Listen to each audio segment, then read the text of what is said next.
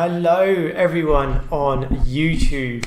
This is my first ever YouTube live. If you are watching this right now, if you're watching this live, please let me know, first of all, if you can see me. Second of all, let me know if you can hear me. And third, please let me know if the audio and the video are synced. Because the last thing I want to do is be talking to you and you can see what I'm doing and it's like one of those old 1980s Chinese dubbed martial arts films where they do the actions and then you see the mouths move about 5 seconds later. So if you can see me, if you are watching, if you can hear me, please let me know in the comment section just on that right hand side of the screen if you can hear me and see me and if it's synced. So if it is, then that's all good, that's awesome. So guys, I hope you are keeping well. If you don't know me, my name is Ashley. I am an osteopath in the UK. I am the owner of a company called Precision Wellbeing and it's my pleasure to be here. I've just hit 50,000 subscribers on YouTube, which is a phenomenal amount. And honestly, I never thought it would ever happen. I thought 1,000 was a fantastic number. But anyway, today, guys, I want to talk to you a little bit about injuries and what I consider to be the phases of injuries. And it's something that I see on a daily basis. I work with a lot of people who come with chronic pain and acute pain, and I see people go through the same stages. So if you have any injuries, if you have any chronic pain or acute pain, this will apply to you. And if you could just follow the steps and be patient with it, then you're going to get the results. So if you are in pain, please let me know. Please let me know in the comment section. Do you have an injury right now? Do you have any aches and pains? If you do, is it in your neck, your shoulder, your back? So I break things down into 3 phases. Phase 1 is the pain phase. This is where the injury or the pain or the problem has recently just started. You will be under a lot of pain. The area will feel hot. It will feel like you can't really move it very well. This is the phase where you can't do much about it. You need to try and get that pain down. And the way to do that is very gentle movements and very gentle massage. If it is hot, if it is inflamed, then that is the time to use cold packs. You want to try and get that inflammation down as much as you can before you start pushing it into stretches, into exercises, because the last thing you want to do is to make those problems worse. So let's say, for example, you've injured your shoulder.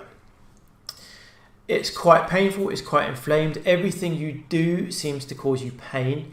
Maybe even sleeping at night is causing you pain. So what do you do? Phase 1. If the pain is, let's say, around a 7, 8, 9 out of 10, then you need to keep moving your shoulder gently. Move it in a pain-free range. If it's not your shoulder, if it's your knee, if it's your back, just keep moving in a very gentle range of motion that's not going to go into pain.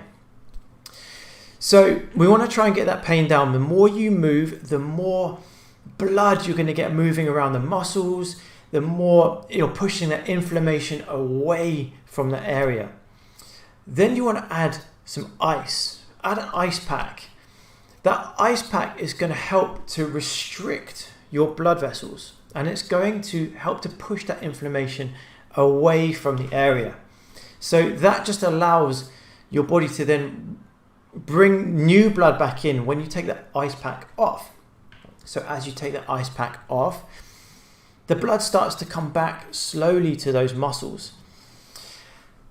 As that blood comes back, hopefully it's good quality blood and that's going to help to sort of get rid of that pain. So we've got massage, very gentle massage.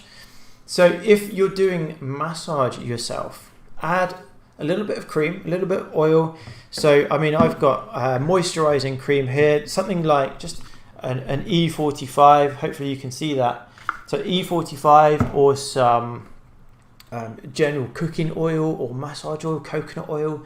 Just add it to the area and just very gently just massage the area.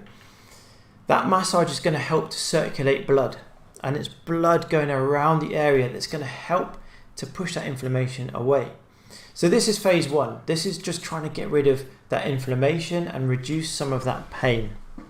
Of course, if you can handle it, something like ibuprofen or an anti-inflammatory, I don't know what you guys call them in wherever area you live in. In fact, let me know what area you are watching this from. Are you in the States? Are you in India or in Europe? Please let me know in the comments just now. And hi guys, hi Wizardess, hi Andrew, hi Lance, and hi everything NP. Thank you so much for chiming in. So let me know where you're watching from. But that first phase, trying to get rid of the pain, just trying to get that inflammation down. That's probably the hardest phase, to be fair. The second phase, I believe, is to re-establish that flexibility. So I call this the stretch phase. So let's say you've gone through that acute phase, the pain is 7 or 8 out of 10, and then gradually you start to bring that pain level down. It gets to about a 4 or a 3 out of 10. This is the phase when you want to start to stretch.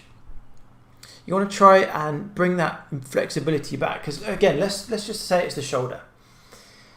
You've gone through a period of not moving that shoulder that much. You've probably held it because you've been trying to protect your shoulder.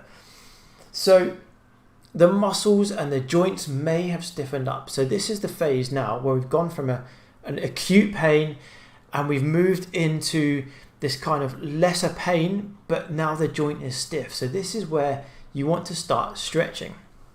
Now, when it comes to stretching, one of the questions I get asked all the time is, how much shall I stretch? As in, how much pain do I stretch into? The simple answer, guys, is don't stretch too much into pain.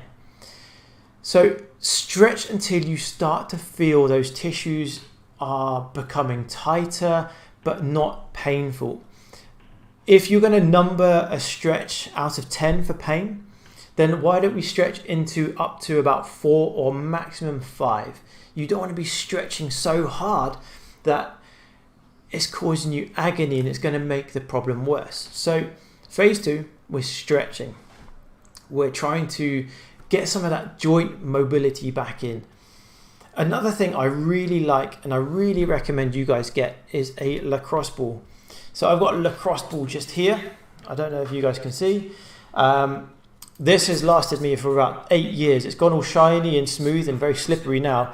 But when you first get one, they should be nice and rubbery and grippy. And that's the thing I love about them, is that they stay in position and they don't slip. So if you're using a lacrosse ball or a tennis ball, cricket ball, hockey ball, whatever it is, press into areas where you feel a bit of pain, as long as it's not on bone. So stretch first of all, and then also press into those muscles. So let's say I'm in the shoulder, press into a muscle and just hold. The last thing you want to be doing is pressing in and moving it around, because the more you move, the more you're stimulating pain. And I always describe it like this to my patients.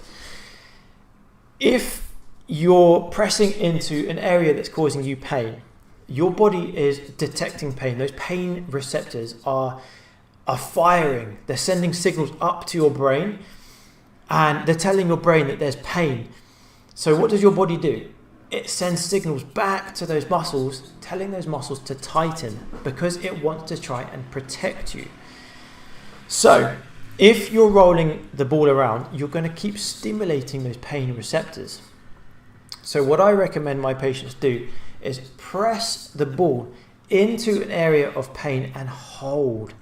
Hold between about 30 to 60 seconds. As you start pressing into those areas and you're holding, those signals start to get ignored. So they start going up to the brain.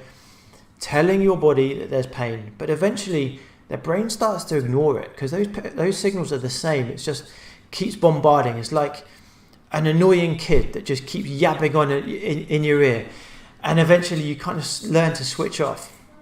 So as those pain signals start to switch off, those signals going back to your muscles are also switching off. So it allows then your muscles to start relaxing. And that's why I love these balls so much. They are really, really valuable.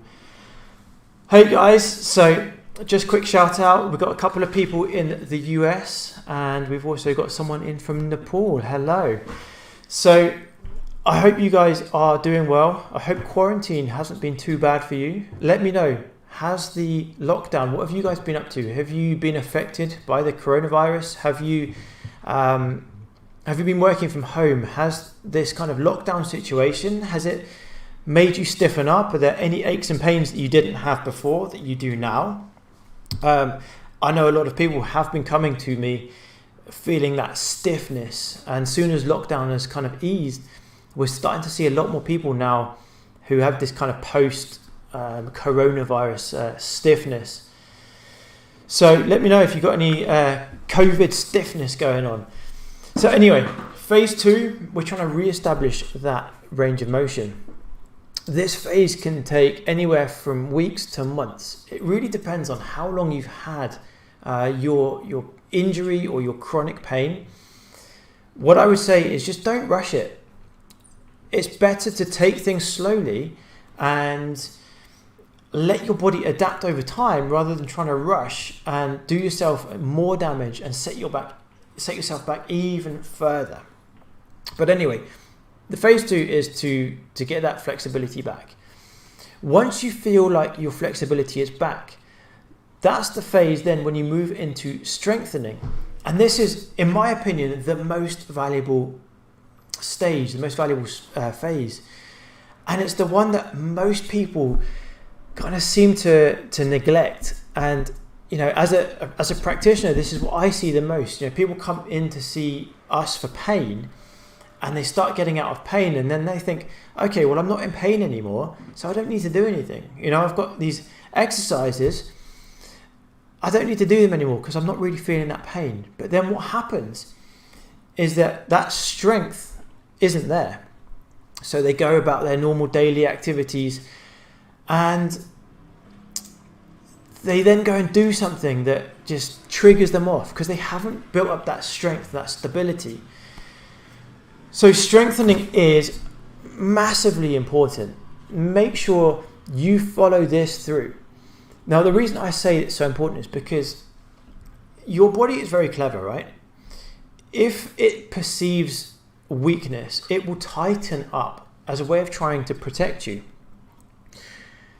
For example, a lot of people have really tight hamstrings. I mean, how many of you watching right now can probably not even touch your toes? I know probably after this corona situation, we're probably all in the same boat. We're probably a bit tighter than we should be. But hamstrings is a classic example. Many people are weak in their hamstrings. And so what the body does is it tightens up those hamstrings. It restricts our ability to bend forwards and touch the floor. And the reason is because the hamstrings, let's just talk hypothetically, the hamstrings believe or they perceive that they are unable to help you if you go too far. So if you're trying to pick something up off the floor and your hamstrings don't think that you can do it, they're going to tighten up to stop you going that far because they're worried that if you go too far, that they're not going to be able to assist in lifting you back up. But as you start to strengthen yourself, that flexibility also starts to improve. So if you've gone through an injury, if you've gone through the phase 1, you've got out of pain, then you've gone through phase 2 and you've improved your flexibility, your mobility, get yourself a rehab program. So go to the gym, do some stuff at home, take your time. Strength is about building things up over time. But these phases can take weeks, they can even take months. But it's better to take your time slowly and build it up slowly. And that way you're less likely to go and tweak yourself because you're always more conscious about it. I don't know if you guys have seen, but about maybe 8 years ago now, I damaged my back in the gym. I was doing squats and I had a bar and I went down, and just as I started to come back up, I felt a pop in my back. And straight away you think the worst. And I thought, oh my God, I've done it this time. I've really done it this time. And straight away I could feel my back stiffening up. Anyway, from then on, I've had back pain on and off for years. And it got to the point where I thought, you know what? Let me just think about this. I know what I'm doing, so let me just think about this. I haven't done any strength training. I've just left it alone. So I spent a year getting my lower back stronger, my glutes, my hamstrings, very, very methodically, very, very controlled. And after about a year, I'd gone from being in pain almost every day to being in virtually no pain. It's like 95% better. But it was only because I spent that time in the gym getting everything stronger. So if you think that you're in phase 3, take your time. Don't rush through the exercises. Now, here in the UK, Alan, Andrew, you might know this. The gyms have just reopened. I imagine it's probably like going to the gym on January the 1st. I can imagine they're going to be super, super busy. So I'm dreading going to the gym. But where was I going with that? Anyway, here in the UK, people are going to start going back to the gym. And they're going to be going hard because they think they're still where they were 5 months ago. But no, you've lost that strength, you've lost your stamina, you've lost the fitness. So you have to rebuild it slowly. Don't think about where you were. Where are you now? So when you are going to go back into the gym, or if you are starting a rehab program, just think, where am I at now? Not where was I at 5 years ago? Where was I at 5 months ago? Where are you at right now? And if you think that you are in a bad place, then take your time. Start where you are now and add it step by step by step and build onto it gradually. So let's have a look at a couple of questions. Andrew, woke up 8 years ago, tightness in the right shoulder. So I'm just reading Andrew's comment here. Is about his shoulder is 8 years ago, damaged his shoulder. So Andrew, where are you at now with your shoulder? So Andrew was saying 8 years ago he damaged his shoulder, has a lot of poor posture, stretched out his arm and resistance band until he felt relief. The mobility has increased. However, my capsule then felt loose. So Andrew, are you at the stage now where you are strengthening, or are you still stretching that area? So let me know, guys, what injuries do you have right now? Have you been suffering over this COVID period? If you have, let me know what areas are bugging you. Let me know what areas are giving you some grief, and let's have a little chat about them right now. So yeah, just getting back into the gym. Just start off really slowly. If you don't have any experience with a gym, that's fine. That's a good opportunity for you to hire a trainer, or if you don't like gyms, that's fair enough. You don't have to go to the gym. I talk to a lot of my patients, and I always try and get them I always try and get them to exercise, whether it's just going for a walk or whether that's going to the gym or doing stuff at home.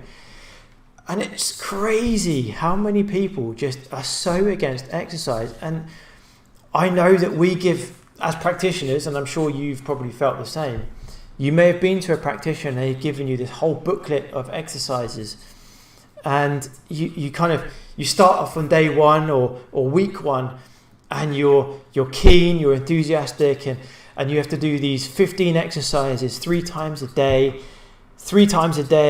every day for a month, and you get to the end of your first day and you think, I've done it, but that was hard work. And then by day 3 you're like, I haven't really got the time for this. And then you think, okay, tomorrow I'm just going to do it twice a day rather than 3 times a day. And then you get to the end of the week and you're like, oh man, this isn't really working. So you start doing it once a day, and then by the end of the second week, you've done it one day. And it's just because you've been given too much to do and you've got this overwhelm. So when it comes to exercise programs, when it comes to getting back into a gym, when it comes to anything really, it doesn't have to be exercise. When you get into something, start with the minimum amount possible. Whether that's going for a walk every day, start with where you're at now and build onto that very slowly. So let's have a look.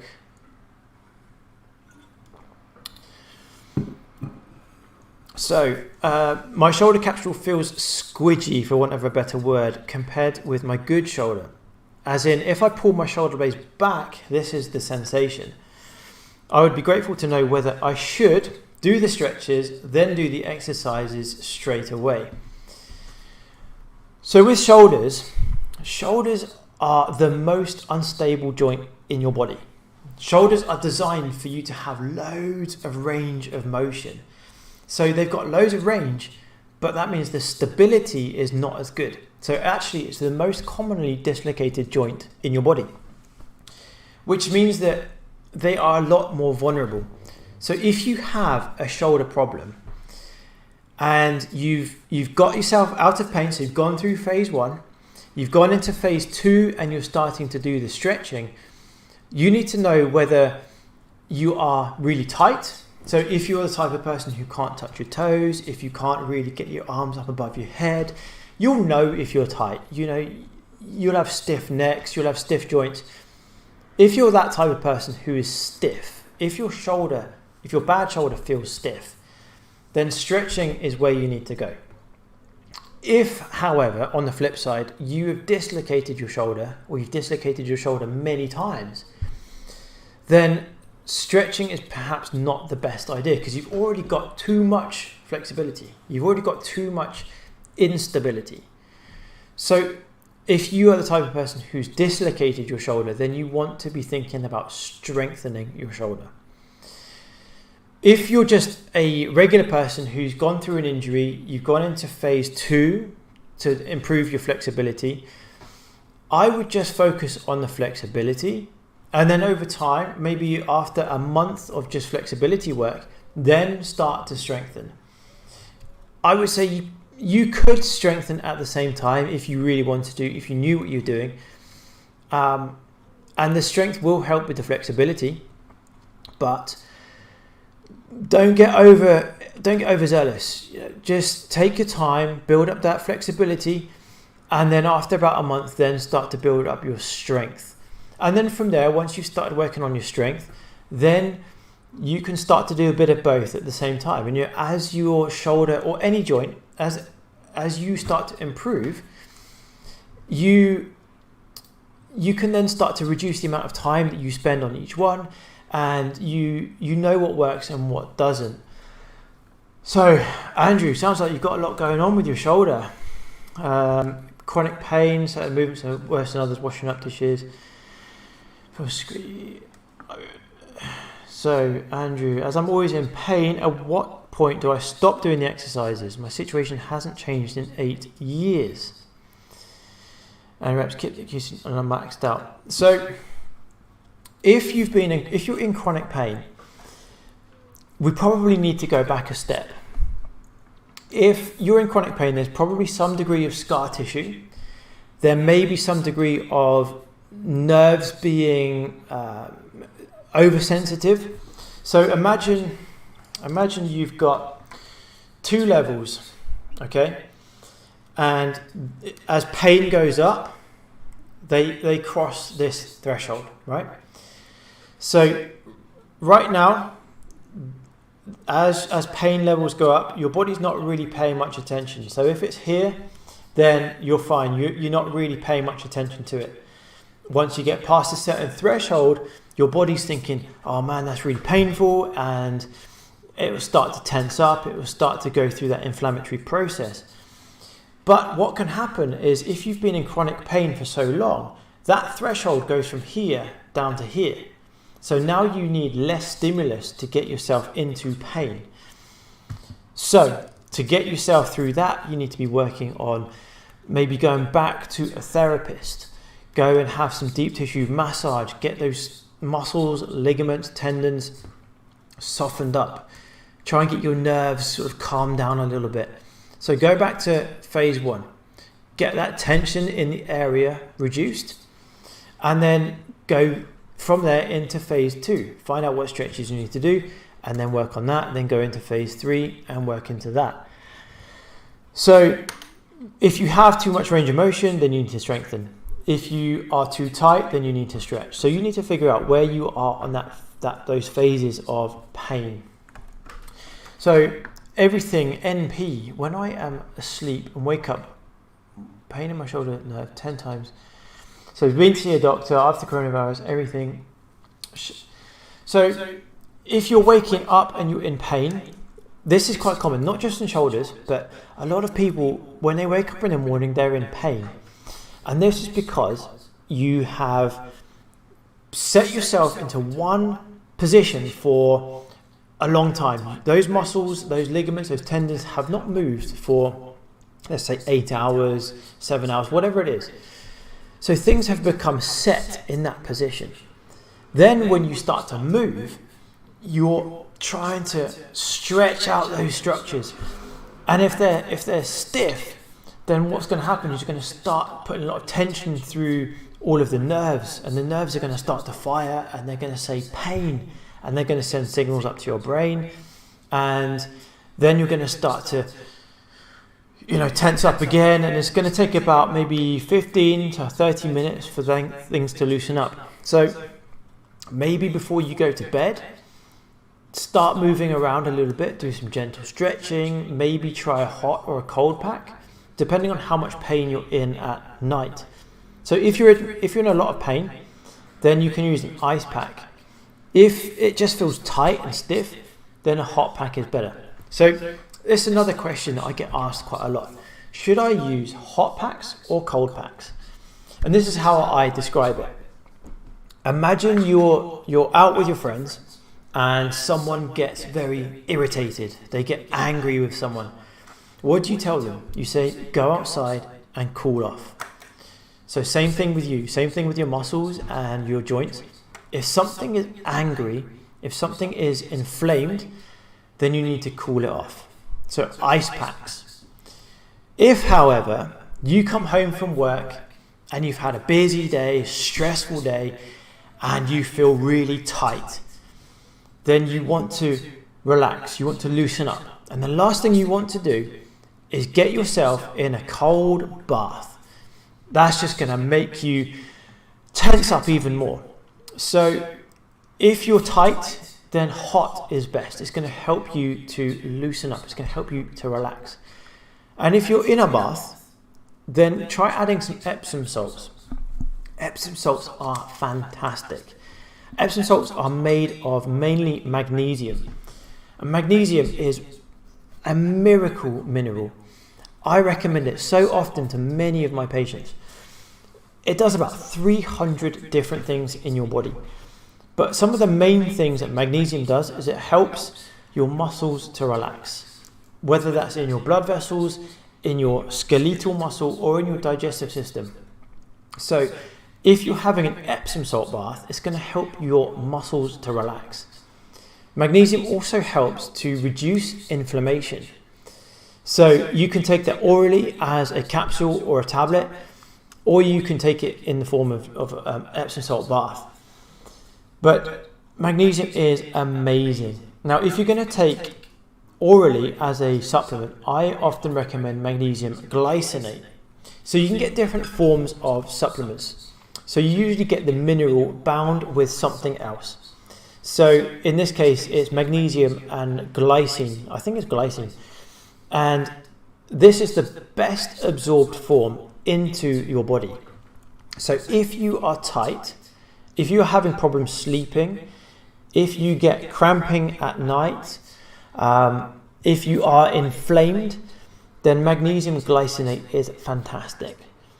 However, if you are the type of person who suffers with constipation, then magnesium glycinate is still great, but it's not going to help with the constipation.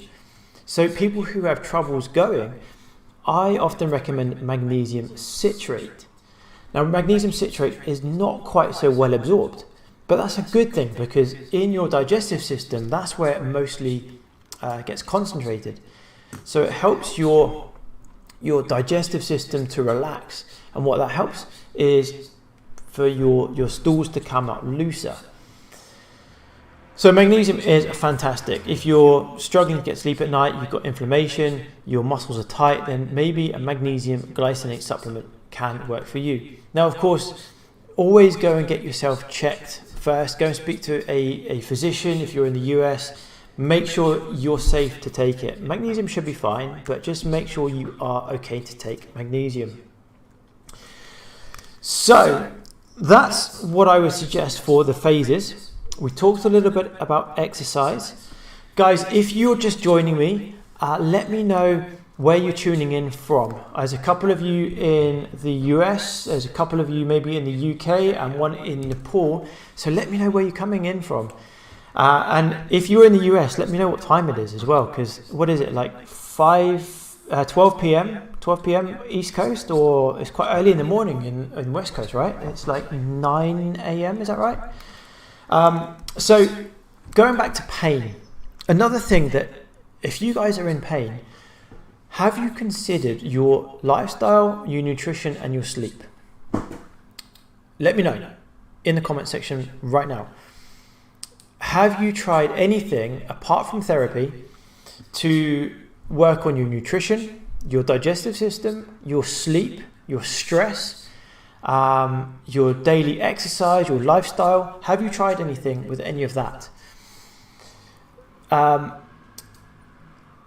Again, going back to my back pain, I remember several years back now, I was driving to and from work, and almost a daily basis, my back pain was just constantly there. It wasn't like an 8 out of 10, it was like 5 out of 10 for pain, but it was just always there, really uncomfortable. And then at some point I thought, you're right, you know what, let's clean up my diet. So I cut out all sugar, all processed food, and no joke, guys, no joke, within about a week, my pain was about 95% better. Honestly, it was the most profound I've ever seen a nutritional intervention work for pain. Now, of course, I'm not saying that's going to work for everyone, but if you are in pain, if you're in chronic pain or acute pain, it doesn't matter. But if you're in acute pain, there's going to be a lot of inflammation. So what triggers inflammation? What makes inflammation worse? Sugar is a massive one for inflammation. Sugar really inflames the body. So if you are eating a diet of processed food, chocolate, fizzy drinks that have got a lot of sugar in them, sugar in your tea or your coffee, all of those things are going to add up. So is there any way that you can reduce the amount of sugar coming into your diet? Any nutritional intervention needs to be tried for at least 4 weeks. Your body is always changing. I don't know if you guys have ever heard that every 7 years your body renews. Well, in the case of your blood, every 3 to 4 months you have completely new blood. So your blood cells on average last about 120 days, so about 4 months. So theoretically, every 4 months you've got a whole new load of blood cells. Now, the more sugar you have in your diet, the more sugar is going to be in your blood, which means that the more likely that is to inflame any inflammation. So, can you reduce the amount of sugar in your diet? What about other processed foods? Are you eating a lot of sort of convenience food, packaged food? Are you perhaps eating a lot of wheat-based products, cookies, biscuits, bread? I've seen quite a lot of people don't really respond well to wheat. Now, that doesn't mean that they are celiac. It doesn't mean that they're necessarily gluten intolerant, but they could be intolerant to something in wheat. So sometimes coming off wheat for 4 months, not 4 months, 4 weeks, can help to reduce some inflammation. So we've got sugar, we've got wheat. There are other foods that can irritate people, but those are the two common ones that I see with most people. So, are you drinking water? How much water are you drinking? Are you drinking maybe only 1 glass of water a day? Are you drinking only teas and coffees? Are you drinking liters of water? Or I don't know what you guys in the States, I think it's gallon. You guys talking gallons or ounces? But how much are you drinking? Are you drinking enough? Is your urine kind of straw coloured, or is it quite dark? Is it quite dark yellow? So improve your hydration, reduce your sugar, reduce maybe your wheat, or look for other triggers within your diet. What exercise are you doing?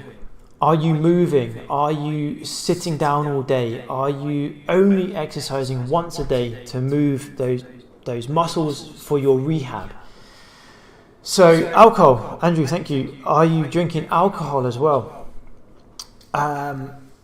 So we've got the alcohol, we've got water, we've got certain foods. Now, here's a good one, guys. Sleep. Let me know in the comments. What time do you go to bed? As in, what time do you turn your lights off at night? What time do you get off your phone? What time are you closing your eyes, head on the pillow, in darkness to go to sleep? I'll go into that a little bit in a second, but sleep again is fascinating and it will really make a difference. So, I don't know, have you guys ever heard of a guy called Paul Chek? Paul Chek, let me show you.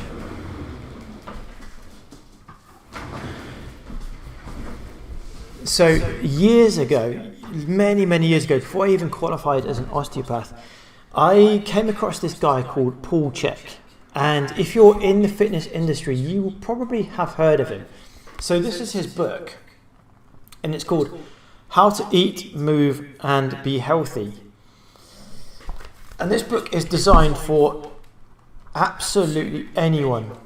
I'm sorry if you can't see that. I don't know how bright that is, but the illustrations are super easy to understand. He talks about everything: sleep, stress, digestion, lifestyle. Let me see if I can find you another page with good pictures on. A lot of it just seems to be exercises. So at the start of every chapter, he's got a little summary. I don't know if you guys can see that okay, but a little summary, and then he's got some nicely illustrated pictures as well. So anyway, I learned from Paul Chek about the sleep and wake cycles, and it's fascinating. Between 10 p.m. and 2 a.m., your body is best suited for physical repair. So if you're going to bed at midnight, potentially that means that you're missing out on 2 hours of valuable repair time. So you're only getting kind of that 2 hours, so your body's really trying to work hard to try and repair you. And then between 2 a.m. and 6 a.m. is when your body is better suited for mental repair. And it sounds a bit, I don't know whether it sounds believable to you, but it's all to do with your hormones. So, have you guys ever heard of the hormone cortisol or the hormone melatonin? So, cortisol is your stress hormone, and people talk a lot about cortisol being really bad and how we always must lower our cortisol levels. In too much of anything is always bad. So if your body is under too much cortisol production, then yes, you probably will find that it's not a good thing. But cortisol is responsible for waking you up in the morning. But, well, let me go back. So it's responsible for waking you up in the morning. But when we are looking at our phones, when we've got TV screens, computers, they are flickering at a frequency that's pretty similar to daylight. So we are artificially stimulating our bodies into thinking that it is daytime, which means that our body is going to be in this kind of elevated stress level. What should happen in the evening is those cortisol levels should gradually start to lower, but we're stimulating them up here. But as those cortisol levels start to come down, our body then should be producing our relaxing hormone, melatonin. So that should be going up. But because we're stimulating our bodies, because we are stimulating that cortisol production, we are suppressing that melatonin. So that means that you might be struggling to fall asleep. It also means that you're probably going to have difficulties trying to repair. So if you can get yourself to bed a little bit earlier, if you're going to bed at 1 o'clock in the morning, midnight, 11 o'clock, just bring those bedtimes back a little bit, or forward a little bit, depending how you think about it. Just try and come to bed a bit earlier. Give your body a little bit more chance to repair itself. So that's sleep in a nutshell. Thanks a lot for your clear, precious recommendations. I'm solving much of my problems thanks to your professional. Thank you, Gabriella. I appreciate that from Sardinia. Nice weather over in Sardinia, I can imagine right now. Lucky you. We've got we've had rain all day, so not so nice. Howard, good morning. 9:30 for you over there. Frozen right shoulder. Complete replacement of upper arm and ball in 2011. Wow.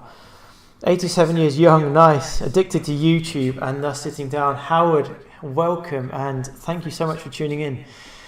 Frozen shoulders. Wow. I've seen a lot of frozen shoulders recently, and let me tell you, they are not easy to fix. The problem with frozen shoulders is that it's almost like the joint itself becomes glued, and there's no known reason for that to happen. The body just goes through this change and it will hold on to that until it's ready to let go. And that can take a year, it can take 5 years. Although, having said that, recently I have had quite a lot of success from a technique called counter strains. So how do I explain this? Right. Imagine this is tissue in your body. It could be muscle, it could be tendon, it could be a joint capsule. Every tissue in your body will be under some degree of tension. Now, in a frozen shoulder, that tissue, the capsule of the shoulder, becomes shortened. And so with that, it becomes even tighter. So imagine I'm pulling on this towel and it's the tension through here is really tight. So up until recently, I don't know why I didn't think of it, but up until recently, I've been trying to work a lot on the muscles, trying to release the muscles, trying to stretch the joint. But then I watched a guy on YouTube. I can't remember his name. It was a Polish surname. I can't remember. It was in my frozen shoulder video that someone has put a comment. Have you seen this guy's techniques? And it's called counter strain techniques for frozen shoulder.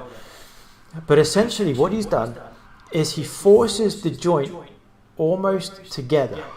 So he's pushing the upper arm into the shoulder and holding that for at least 30 seconds. So as he's pushing that joint together, he's creating this release of tension through the capsule. And what that is allowing is for the nerves to start to relax. So then those signals going to the brain are not firing so much that it's allowing everything to calm down. So the joint capsule then starts to ease, and then he then gently adds some traction. So he then gently pulls on that joint, and then he'll go through that process a few times, and essentially that is just allowing the joint to start to relax. And I did that on a patient the other day. She came in, she could barely move her shoulder, could barely move her arm, and after only a short treatment, she got up off the couch and we did the first couple of movements and there's not much change, and then she took her arm behind her and she went, oh my God, I can move my arm. And it was like, wow, this really seems to have worked. So have a look on my frozen shoulder video. If you have a frozen shoulder or restrictions in your shoulder, have a look on that video in the comments and look up that guy. I'm sorry, I can't remember who it is, but it's someone with a Polish surname, and have a look at some of his videos because they seem to really work. Yes, Niche Unleashed. James Walaski, that's the one. Thank you, much appreciated. Look up James Walaski's video. They're quite old videos, but the techniques seem to really work. Echo, hello, nice to see you.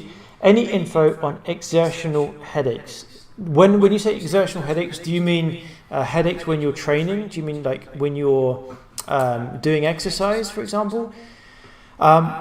Headaches are complicated but also very interesting. Now, there are so many different types of headaches and there are so many different causes of headaches. So anything I'm about to say is not exclusive advice about headaches. If you are having headaches and you haven't seen anyone, go and get them checked out. Anytime someone comes in to see me or comes in to see any of us here at the clinic with a headache, we go through a lot of testing just to make sure that there's no neurological issues. But let's just assume that there's no neurological issues, it's purely from tension or exertion. One of the most common types of headaches I see is posture related. Now, many people at the moment are kind of sitting at their desks a little bit like this, hunched over their keyboards, and their necks become very tight. That tightness in the back of the neck is almost restricting blood flow, and it's blood flow that really helps to keep everything nice and relaxed. So quite often we see a lot of tension headaches. So if we work into the neck, work into the muscles just at the base of the skull, that can often provide quite a lot of relief from a tension headache. Now, if you're getting headaches when training, that could possibly be related to your blood pressure. Now, I don't know how old you are or what your blood pressure is like. So I would definitely start with getting your blood pressure checked. Make sure you haven't got high blood pressure, first of all. If you're getting them through training, so through exertion, and I'm maybe assuming that we're talking about weight training here, then are you lifting too heavy? Is your technique good? Are you breathing correctly? Are you tensing your muscles around your neck, around your head? All of these different things. So that's pretty much all I'm going to say about that, just because I don't want to try and advise you without you going to get it checked first. So please go and get them checked out, get your blood pressure checked out. Just make sure there's nothing else going on. So, what time is it? We've been going on for 45 minutes. Wow. My wife would say I never talk this much, and she's probably right. So, guys, do you have any other questions at the moment regarding any injuries, about lifestyle, nutrition, about your sleep, your hydration, anything along those lines, about pain? Let me know in the comments section below. Let me know if there's anything else I can do right now to help you before we call it a day. But honestly, I am surprised and kind of chuffed that we've gone for 45 minutes and I haven't had a technical issue, and it's actually worked, and I never thought it would. And honestly, I don't know if you guys know, but I'm at around 53,000 subscribers. This time last year, my wife and I were in Thailand, and this was around March last year. And I think I was around 1,000 subscribers. And then all of a sudden, I just started getting subscribers, just based on one video. And honestly, when I got to 100 subscribers, I was so happy. And then I got to 1,000, and I thought, wow, this is amazing. And now 50,000 subscribers is just, for me, just mind-blowing. I never thought that I would ever reach that amount. So, Reka, where are you from? Are you Asian? Are you Indian by any chance? 62-year-old, multiple sclerosis, frozen shoulder, then what? The neuro are useless. Multiple sclerosis and frozen shoulder. So, guys, multiple sclerosis is a degenerative disease that affects the nerves.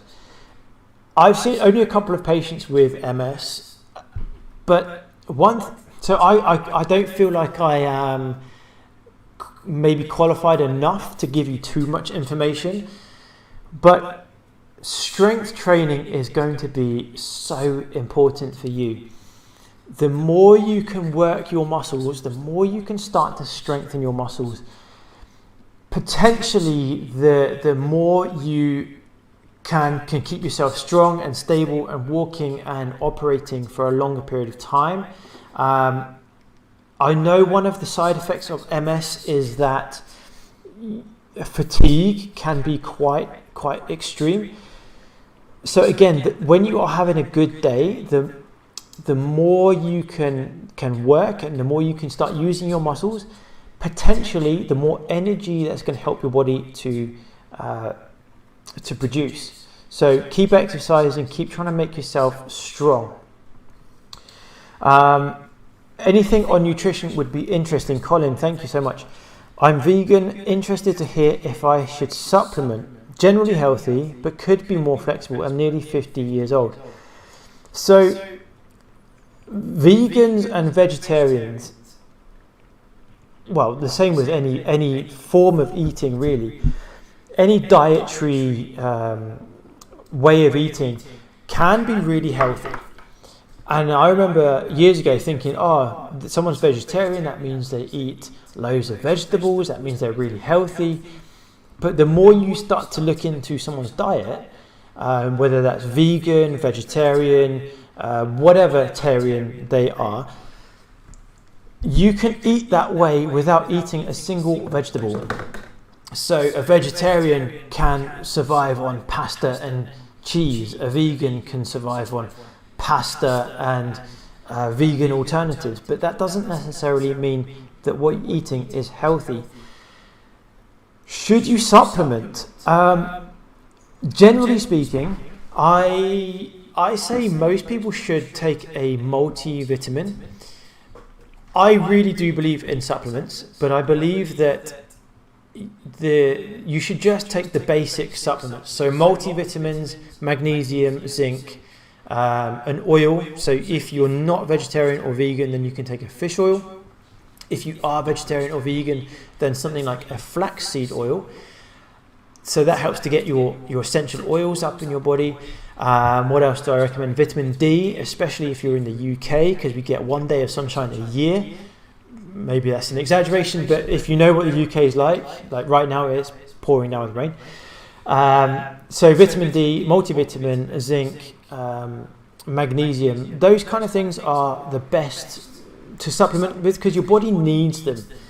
The sexy supplements that are trendy at the moment, things like curcumin, which comes from turmeric, St. John's wort for detoxification, milk thistle to help with the liver. I can't think of any others off the top of my head, but all of these kind of sexy supplements, these trendy supplements, we don't know much about them. We don't know how they really affect the body. And it's really interesting with things like St. John's wort, for example. People take that because they think it's good for detoxification. But cancer trials at the moment are using St. John's wort because so detoxification in a nutshell, you have a cell, and what the body does is it brings harmful substances into your cells. Then your cells go through some processes to make that substance harmless, and then the cells get rid of it, and then you excrete it. So whether that's through respiration, urination, defecation, or sweating. Now, St. John's wort, for example, keeps toxins within those cells for longer. So, cancer trials are being done where they're giving people St. John's wort to keep those cancer medications in the cells for longer. So that potentially means that if you're taking something like a detox supplement, maybe you're actually keeping those toxins in your body for longer than they should be. So actually, maybe you're doing yourself more harm than good. So anyway, going back to your question, Colin, about supplements, what I would say is, are you eating as much fruit and veg as you can? And this goes for all of you. Are you eating lots of veg? Are you eating fruit? Are you drinking plenty of water? If you're eating a lot of processed food or sugary food, then maybe start with just changing your nutrition.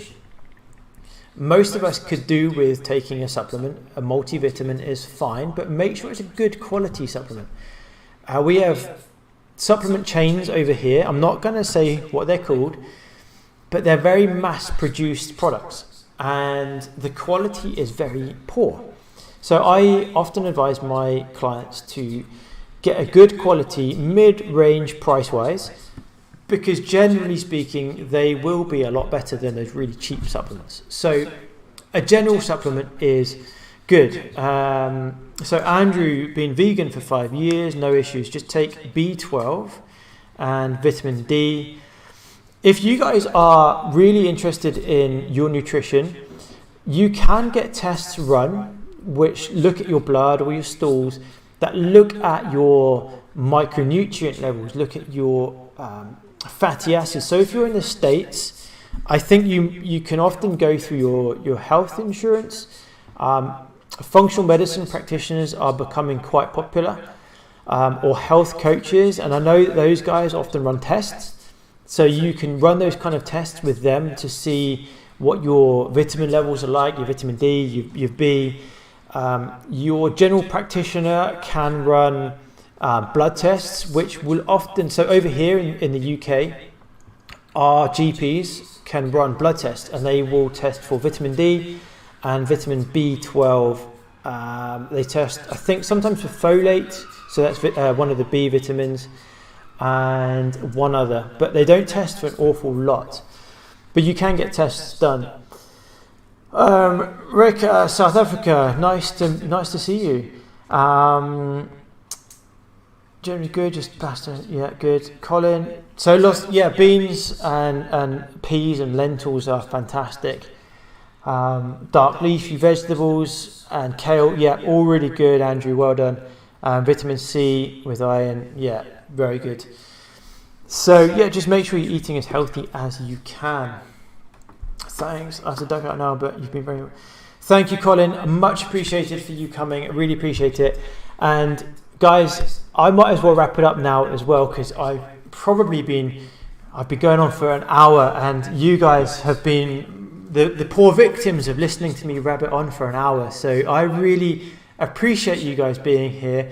I am so grateful for you coming on, asking your questions. It's been an awesome live, well, from my point of view anyway. And I would love to do another one of these again. So hopefully I will see you guys in some of the future upcoming YouTube lives. But please, guys, stay healthy. Don't rush into anything. If you have any questions, you can always put a comment on my videos. I do read them. I do try to get back to them. But unfortunately, I just don't get much time at the moment to get back to everyone. But I do read every single comment. So thank you so much, guys, for being here. Really appreciate it. Have a lovely evening, have a lovely day, or have a lovely morning. So I will see you guys very soon. Bye bye and ciao.